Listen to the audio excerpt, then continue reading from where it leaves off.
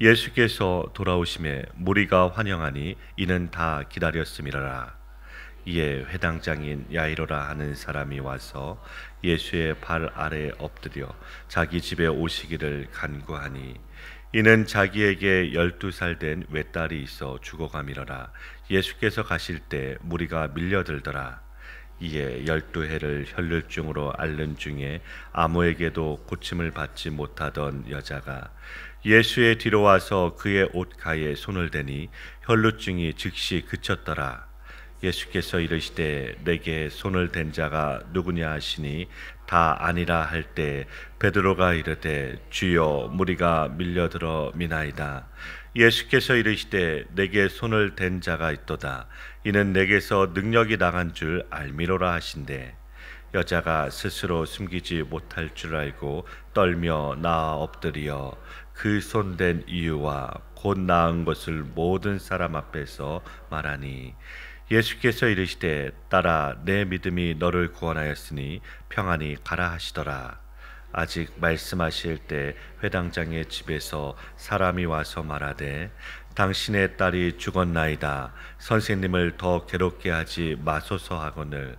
예수께서 들으시고 이르시되 두려워하지 말고 믿기만 하라. 그리하면 딸이 구원을 얻으리라 하시고, 그 집에 이르러 베드로와 요한과 야고보와 아이의 부모 외에는 함께 들어가기를 허락하지 아니하시니라. 모든 사람이 아이를 위하여 울며 통곡하며 예수께서 이르시되 울지 말라. 죽은 것이 아니라 잔다 하시니, 그들이 그 죽은 것을 아는 거로 비웃더라. 예수께서 아이의 손을 잡고 불러 이르시되 아이야 일어나라 하시니, 그 영이 돌아와 아이가 곧 일어나거늘 예수께서 먹을 것을 주라 명하시니, 함께 읽겠습니다. 그 부모가 놀라는지라. 예수께서 경고하사 이 일을 아무에게도 말하지 말라 하시니라. 아멘. 오늘 성경 본문은 12년 동안 혈루증을 앓은 여인과 12세 죽음을 맞이한 야이로의 딸에 관한 이야기입니다.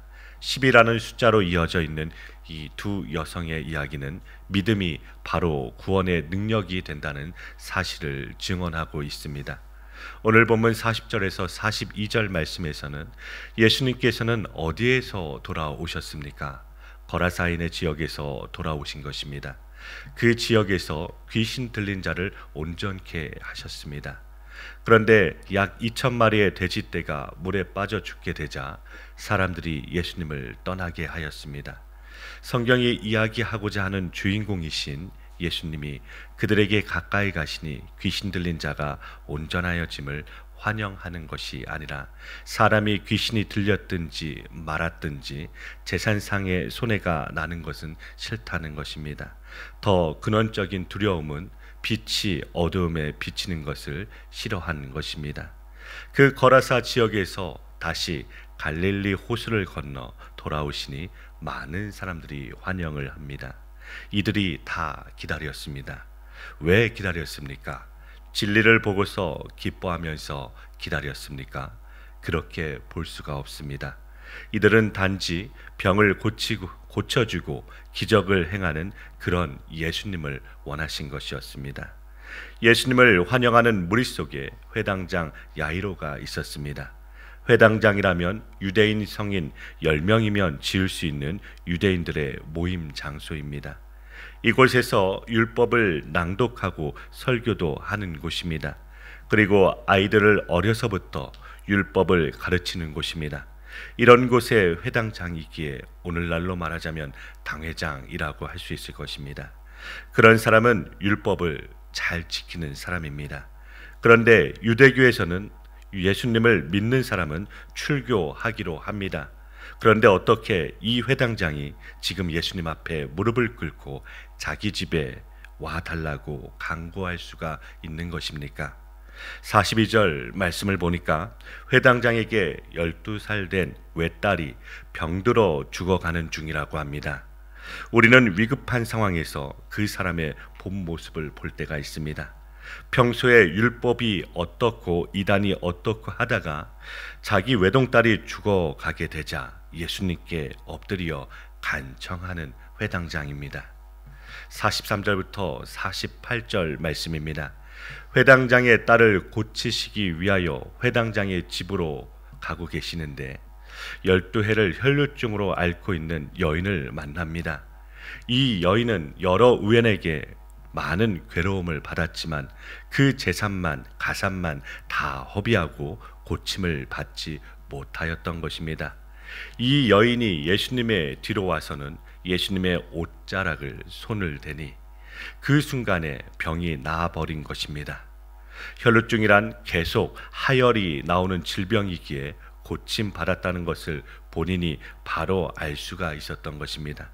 이때 예수님께서 무리를 돌아보시면서 내게 손을 댄 자가 누구냐고 물으십니다. 그러자 아무도 아니라고 하지요.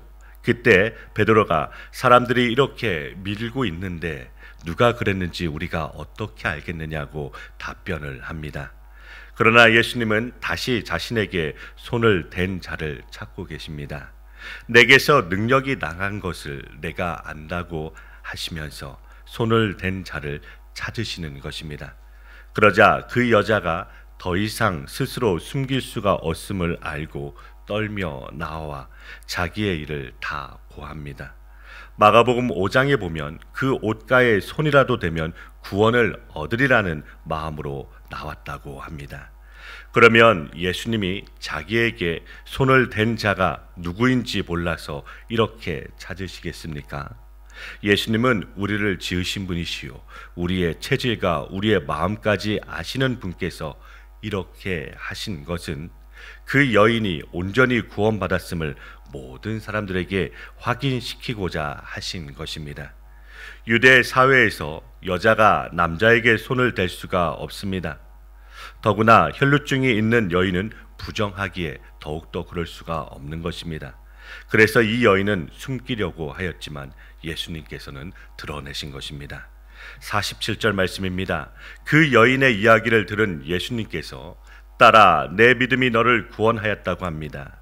이 믿음이 성경에서 가장 어려운 부분일 것입니다. 이 믿음이란 여인의 믿음입니까? 아니면 예수님의 믿음입니까? 분명히 여인이 믿었기에 여인의 믿음이라고 할 것입니다. 그런데 성경에서 이런 믿음이 나오는 것은 은혜의 선물이라고 합니다. 그러므로 그 여인에게 주어진 믿음이라는 것이죠. 그러므로 믿음이란 결코 사람이 자랑할 수가 없고 그 믿음을 주신 분을 증거하고 자랑하는 것입니다. 49절에서 56절 말씀입니다. 이 여인을 고쳐주시는 동안에 회당장의 집으로 가는 길은 지체가 되었습니다. 그 순간에 회당장의 집에서 사람이 왔습니다. 딸이 죽었으니 이제 오실 필요가 없다고 하는 것입니다. 우리는 여기서 이렇게 생각해 볼 수가 있습니다. 예수님께서는 마치 나사로가 병들었다는 소식을 들으시고 일부러 지체하여 죽게 하신 것처럼 지금 회당장의 집으로 가는 중에 그 한 여인이 옷에 손을 대고서 고침을 받았다고 하여도 그대로 두시고 회당장의 집으로 먼저 가시면 되지 않겠습니까? 그 여인은 만성병이고 회당장의 딸은 무남동녀여 위급한 상황입니다. 그리고 회당장의 딸을 고치면 영향력 있는 사람의 병을 고쳤기에 예수님의 든든한 후원자가 될 수도 있을 것이니 말입니다. 회당장의 집에서 사람들이 와서 예수님이 오실 필요가 없다고 합니다. 아마 이 생각은 회당장의 생각과 같은 생각일 것입니다. 그러니 급해서 예수님의 발 앞에 엎드리기는 하였지만 혈루증 앓는 여인을 고쳐주시는 동안 속이 다 타들어 들어갔을 것입니다. 그런데 이제 그 딸이 죽었다고 하니 그 집안의 사람들과 같은 마음이었을 것입니다. 그러므로 이런 사람들에게 예수님께서 두려워 말고 믿기만 하라고 하신 것입니다. 드디어 집에 이르러 베드로와 요한과 야고보와 아이의 본만 데리고 아이의 방에 들어갑니다. 다른 사람들은 오지 못하게 하십니다. 모든 사람들이 울고 통곡을 합니다. 예수님께서 울지 말라고 합니다. 죽은 것이 아니라 아이가 잔다고 하니 사람들이 비웃습니다. 예수님께서 아이의 손을 잡고 일어나라고 하시니 그 영이 돌아와 아이가 곧 일어납니다. 예수님께서 아이에게 먹을 것을 주라고 하십니다. 아프다가 죽은 아이가 일어나자마자 먹을 것을 먹는다는 것은 평소에 잠을 한숨 잘 자고 일어나서 배고파 먹을 것을 먹는 것과 같습니다. 여기서 예수님이 어떤 분이신지를 계시하고 계십니다. 죽은 자에게 명령하시는 예수님이십니다. 천지를 창조하신 그 말씀의 능력이십니다. 바람과 물결을 꾸짖으신 능력이십니다. 귀신을 명하여 나오게 하신 그 능력입니다. 예수님은 죽은 소녀를 다시 살리심으로 믿음으로 죽은 자가 살아나는 역사를 보여주십니다. 예수님은 마르다의 동생 나사로가 무덤에 있은 지 이미 나흘이나 되었을 때에도 그를 다시 살리심으로 자신이 부활의 주님이심을 증명하셨습니다. 그때에도 예수님은 네가 믿으면 하나님의 영광을 보리라 라는 말씀으로 믿음이 구원의 능력임을 가르치셨습니다. 예수님은 병든 자들을 고치시고 죽은 자들을 살리시면서 믿는 자에게는 죽음을 이기고 부활하는 주님의 능력이 임한다는 메시지를 전하십니다. 주님의 자녀는 죽음의 공포를 초월하는 담대한 믿음으로 주님의 능력을 덧입고 살아가는 것입니다.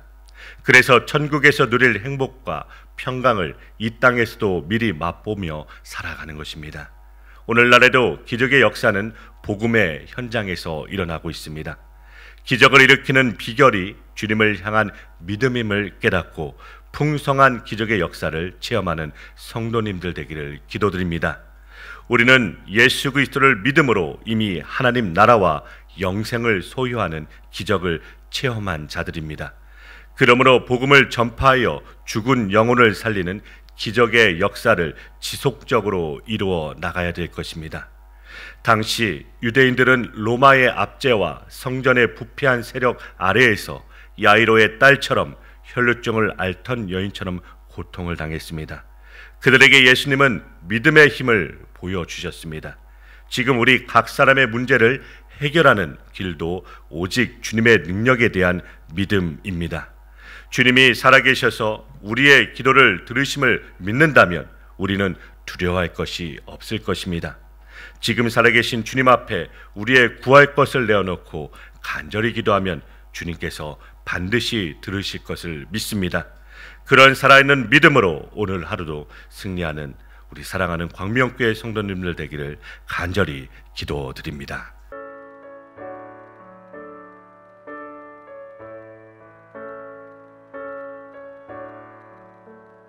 내 모든 시험 무거운 짐을 주 예수 앞에 아뢰이며 근심에 쌓여